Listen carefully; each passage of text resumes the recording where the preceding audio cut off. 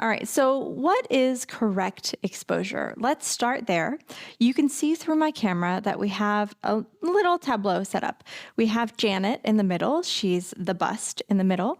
We have a little gray or off gray planter right in front of Janet. And then we have one of my first film cameras right behind Janet. And you'll see this little checker.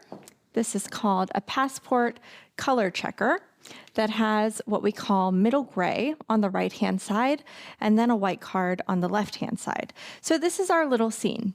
Now let's just imagine that this was actually our subject, and we very intentionally chose this because we want to have a little set that has some highlights with Janet, some shadows where we have the camera, and then also something that's a little bit closer to middle gray with this little planter in front. So now I can create a quick little picture just like that. This would be roughly correct exposure.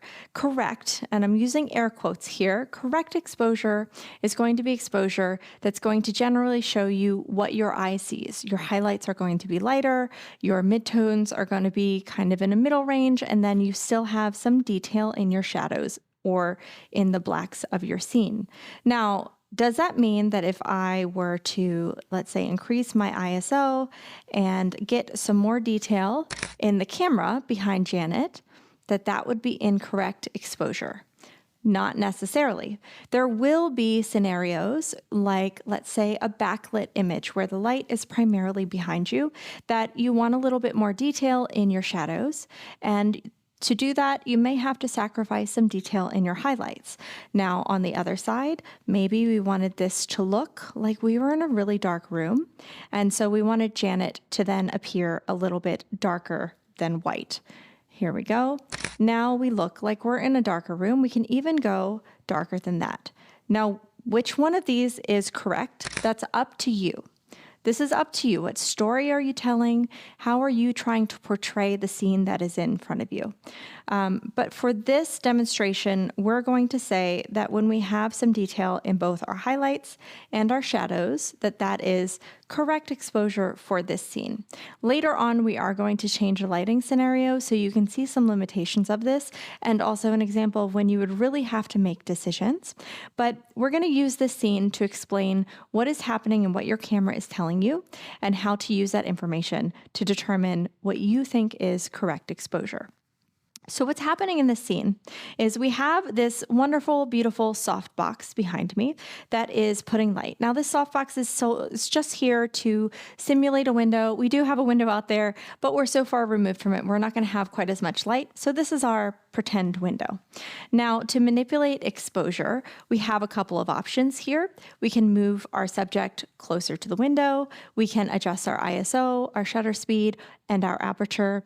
And then we also have to take into consideration all of the different things that will happen. And we're really going to go into depth how changing your aperture, your shutter speed, and your ISO will impact your image in later classes dedicated solely to those subjects. This class is going to give you a more broad overview of exposure and a more broad overview of that exposure triangle. Now, in this scene, let's say we do want our highlights to be highlights, but we still want details in them. We want to be able to see gray here, and we want to see black. We need to understand that light is coming out of our window or our light source, and is actually bouncing off of our subject, and then it is reflecting into the sensor of our camera. So your camera has a built-in light meter in it. And let me just show you right here. When you look at our screen, you'll see the little plus and minus with the little lines and dots. Now, this plus and minus is called your exposure meter. If you're shooting with a Nikon, it should look just like this because I do shoot on Nikon. Other camera brands may actually have these reversed. So do keep that in mind if you're getting a little confused because everything looks a little backwards and maybe you shoot on Canon. That would be because the exposure meter is reversed and they put the highlights on their left side and the shadows on the right. Now, this exposure meter is telling me that I'm not sitting at the 0. To this, a 0 is going to be correct exposure. So if I wanted to really adjust that, then I would have to move this until all of the dots are lining up right on 0.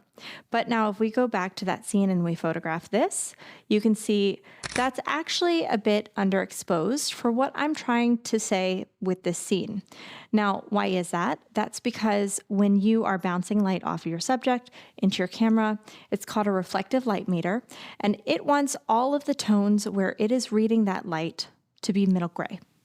So middle gray, as you can see here, is this gray right here. This is 18% gray, which means that the light comes to the gray card and 18% of the light bounces off, is not absorbed by this. It's also called 50% gray, and we kind of think, oh, if you added up pure black and pure white, that would result in middle gray. Now, as we can see, Janet is not middle gray. Janet is much lighter than middle gray. And this is a really important note here. You can also see I have a fair skin tone. My skin tone is much lighter than middle gray. And if I had somebody that had a deeper skin tone, chances are that their skin tone would actually be darker than middle gray. So if you're pointing your camera at something lighter, something darker, this dark table, then setting your exposure meter so it's right at 0 is not going to give you correct exposure. This is a really important thing to note. Now we're going to talk about metering modes in a few moments. We're going to go even deeper into this, but this general rule is what you want to understand, how to adjust your exposure, your settings, so that you're getting a correct exposure for the scene you're trying to tell. That starts by understanding middle gray and what your camera is trying to tell you. So now if I need, with that in mind, to expose this correctly, let's go back to our exposure meter, then I know that right now it is mostly reading off of Janet. So I need the dots on my exposure meter to actually go more to the right side. So I can adjust my settings. That means I can increase my ISO until we're a bit more overexposed, and I can take another picture. And let me show you those two side by side. The one that we just previously took that it said was correctly exposed, and now the one that we took where we're exposing to the right of our exposure meter, and we have what is a more correct exposure for what I'm trying to tell. Now, if I was trying to say, oh, this is a dark room, maybe I wanted to go for a more Rembrandt, and by Rembrandt, I mean the painter style. His subjects often look like they're sitting in a dark room with just one light in there. Then I would purposefully decrease my exposure and bring Janet more to that 0, or if I were to point my camera, let's say I was actually metering off of a darker area in my scene. Let's go back here. Then you see, oh, now when I'm metering off of that camera, it's saying, oh, I'm underexposed. And again, that's because the camera is going to reflect less light. So we need to make sure that on the exposure meter, it looks darker. The same thing can apply. Obviously, this is a little bit lighter than our middle gray here when we're on the other bust, but we would then want our exposure to come down closer to the middle gray. It's a little bit lighter than middle gray. But this is the general idea.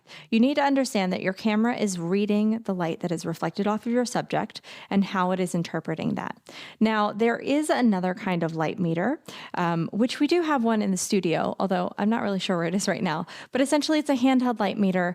It's an ambient light meter, and you would hold the light meter at your subject pointed toward the light, pointed toward your camera, and pointed away. And you can take a bunch of readings, they're called incident readings, and it can actually measure the amount of light falling on your subject as opposed to the light reflecting off.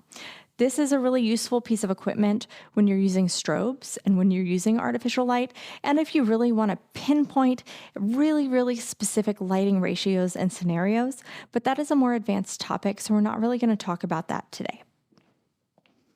Just want you to know that type of equipment does exist. All right, so let's talk about your exposure meter. So we've talked about how it's explaining to you where the values lie in your image or what it's perceiving. But there are a couple of different modes and methods that it is actually interpreting that information. So if you go into your menu and you find the little rectangle with, usually it'll have a dot inside, or it may look like this. So this is called matrix metering or evaluative metering. And what this means, let's go ahead and turn it on. It means that it is reading the tones from the entire scene. So it's reading the tones from Janet, where I'm focusing. It's reading the tones from the very middle of the scene, as well as the edges of the scene. And it is evaluating all of that, and it's trying to reach middle gray. So let's look at that exposure meter and let's say, okay, right now it seems to be pretty well weighted, but let's put a V flat in there and change our background.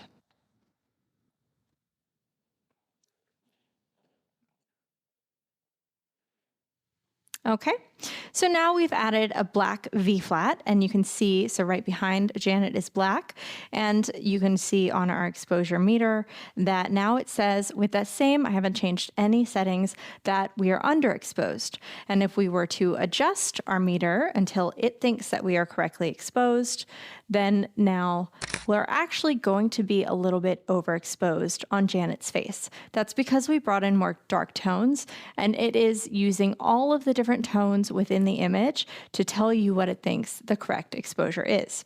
The same would happen if I were to turn that V flat around and put the white on that side. So let's actually show what that looks like.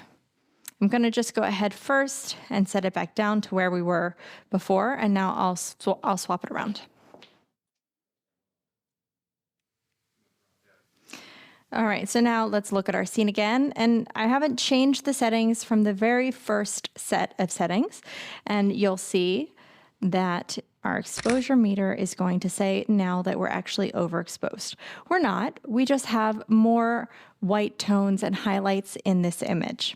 So if I were to adjust, then now you would see that we are actually a little bit underexposed because we have so many highlights. And let's just take a look at those images together. Here we go. So you can see in that top left image, that is what it thinks is correct exposure. And that's pretty close to correct exposure for the story I wanted to tell, because we have a lot of close to middle gray in the background, and then we're pretty well weighted with the tones of Janet, the table, and the camera. And then we're overexposed when we introduced that dark V flat, and we're underexposed when we introduced the light V flat. So now how can we adjust for this? Now, if we're using matrix or evaluative metering, then we can just look at our image and we can say, okay, well, I know I have a lot more highlights in this. So then if I want to tell the story I want to tell, then I would expect that my reading is going to fall a little bit closer to the positive side of my exposure meter. And I would just adjust my settings until we're a little bit closer. There we go. And then we're getting those highlights to come and be true highlights. And this is something you see very, very often on social media. You may see a scene that's a high key scene. High key meaning that it has a lot, it's dominated by highlights and very little shadow, and it may be underexposed. This can happen at sunrise, or if you go outside on a snowy day, there's a lot of snow, and then you'll find that it's going to look darker and muddy if you're using your auto mode or if you're just listening to your meter. Or on the other side, if you have a very dark scene, then you need to then adjust, and your meter should look a little bit closer to this. So this is also the same if you are spot metering. Let's go back to spot metering. All right, and now let's look at where we're spot metering. So this is falling on Janet's face. So this is the same thing. If you have a lighter skin tone client or a darker skin tone client and you are spot metering on their skin, you need to understand that skin, in general, a lighter skin tone or a darker skin tone is not actually going to be middle gray, and you need to just compensate for that and either expose to one side of the meter or to the other. And you can play around with this. Maybe aesthetically, you like things to look a little bit darker and moodier and like you're in, let's say, not a well-lit room. Then you may, as a stylistic choice, also typically underexpose. Or maybe you like things to be bright and airy, you like brighter skin tones, or you like things to look like you're on a well-lit sunny day, bright beach, for example, then you would be overexposing intentionally as a stylistic decision. Here's where you want to be very, very careful with this. If you have two subjects in one scene, one lighter skinned and one darker skinned. And let's say we have the extreme, so somebody quite pale and somebody quite dark. Then you need to be able to expose so that you can see detail in both of their skin, and you might not be able to make that stylistic decision that you really want things to be dark and moody, because you might end up actually losing the darker person's details in their skin. Or you may not be able to overexpose because you could actually lose the detail in your lighter skin client. Or, and this is something that we try to be very, very cognizant of, you don't want your darker skin client to think that you are changing their aesthetics and exposing them in a way that makes them appear to be lighter. And vice versa, I also would not want to take a lighter skin client and try to make them look like they intentionally have darker skin. Again, unless it was explicitly requested, but accurate exposure is actually one of those things that can be very important in showing your client that there is beauty in their exact skin tone and not in some other beauty standards. You can recall a picture of O.J. Simpson where they intentionally made his skin tone look darker, and they manipulated that image to make him look darker and make him look more like a criminal, essentially, is what they were trying to do. And it was a little bit of a comment on skin tones and our biases. And you can also recall times where Beyonce has been photographed to appear much lighter skinned than she actually is, and the accompanying backlash because her skin tone as it is beautiful. We don't have to lighten it to show some aesthetic sense of beauty. So be very careful, be very mindful, and be very intentional when you are making these types of decisions. And I typically like to say that the skin tone of your client should be as close to their actual skin tone in that type of setting. Again, if you're trying to tell a story, then tell your story, but keep these considerations in mind. So let's go back, I digress, to our metering modes. So we've talked about spot metering. Spot metering is just pulling from that point of focus. And then we also do have center weighted metering. So center weighted metering is going to be pulling, let's pull this up and you can see, let's go here. Let's just go ahead and focus on that camera or the table. And now you can see that it is pretty much only metering around where I'm focusing. It's centering on that point of focus and a little bit around it. So if I were to go back and I were to say, focus on this little bust it doesn't want to focus on, I guess we're going to focus on Janet. We're going to do what the camera wants it to do. Then it still is saying that she's a little underexposed. Now, as opposed to spot metering where it's just metering that one spot, it's weighted. So it's going to be pulling a little bit more around her, and you can see she has quite a bit of shadowing here. So she actually would be a little bit underexposed, and that's why our exposure meter is saying that we're a little bit underexposed. Now, for my own preference, I do like to keep it on spot metering. I learned what's called the zone system when I was in college studying and learning on a film camera, and that stuck with me. The zone system essentially takes the scene as you see it, and it separates it into zones, 8 zones across your scene, with the brightest being, I think, zone 1s through 3 are going to be your highlights and your whites and your details in your highlights. And then you have your middle zones, and then you have your dark zones. And I might be reversing them. That's entirely possible because it has been 20 years. But essentially, if you can identify the different zones in your image and you can meter based on what your focus point is on, knowing if it's going to fall to one side or the other of your exposure meter, that's the way that I learned to do it. You can, of course, always put it on auto or evaluative or matrix metering or center weighted metering and play with these and see which one feels most comfortable to you. But I would recommend spot metering for most situations. All right, so now let's talk about the mode that your camera is in. You can see the M in the top left-hand corner of my display, and this is what we call a dirty feed. So we turned that on so you can actually see the settings that I'm using as I'm using them. And I do typically shoot in manual mode. Now, manual mode is really the best option if you want fine control and you don't want your camera to make the decisions for you. But you do also have other modes. So you have A, which is aperture priority mode. And in aperture priority mode, you're going to be adjusting the aperture, which you can see down in the middle as it's changing. And my camera is keeping the same exposure as I adjust that aperture. So it's changing the shutter speed. And if I put it on auto ISO, it would also change the ISO depending on the scene, and it's going to be changing that shutter speed to compensate. So that means that if I decide aperture is the most important thing in this scene, this is a great mode to shoot in, but you also have to keep in mind that your camera is making the decisions about your exposure. So in this case, maybe I want my exposure to actually fall in a different place on my exposure compensation meter, then I would have to adjust it. And to adjust it, you're going to find the little box that has a plus and a minus with a little separation between it. And you would then just say, oh, you know what, this is correct exposure for this image. So I'm exposing it to the plus side. For me in Nikon, that's the right side. And then as I adjust aperture, it's going to be adjusting it and keeping that exposure still to the right side of my exposure meter. Or let's go ahead and swap it back to a darker or a middle gray. All right, so now that we're back to the middle gray, and let's say I'm going to center weighted metering. Now again, because my exposure compensation is +1, it's going to expose it more to the right. But in this scene, then if I'm taking all of the tones, then it should be about the middle when I'm taking all of that into account.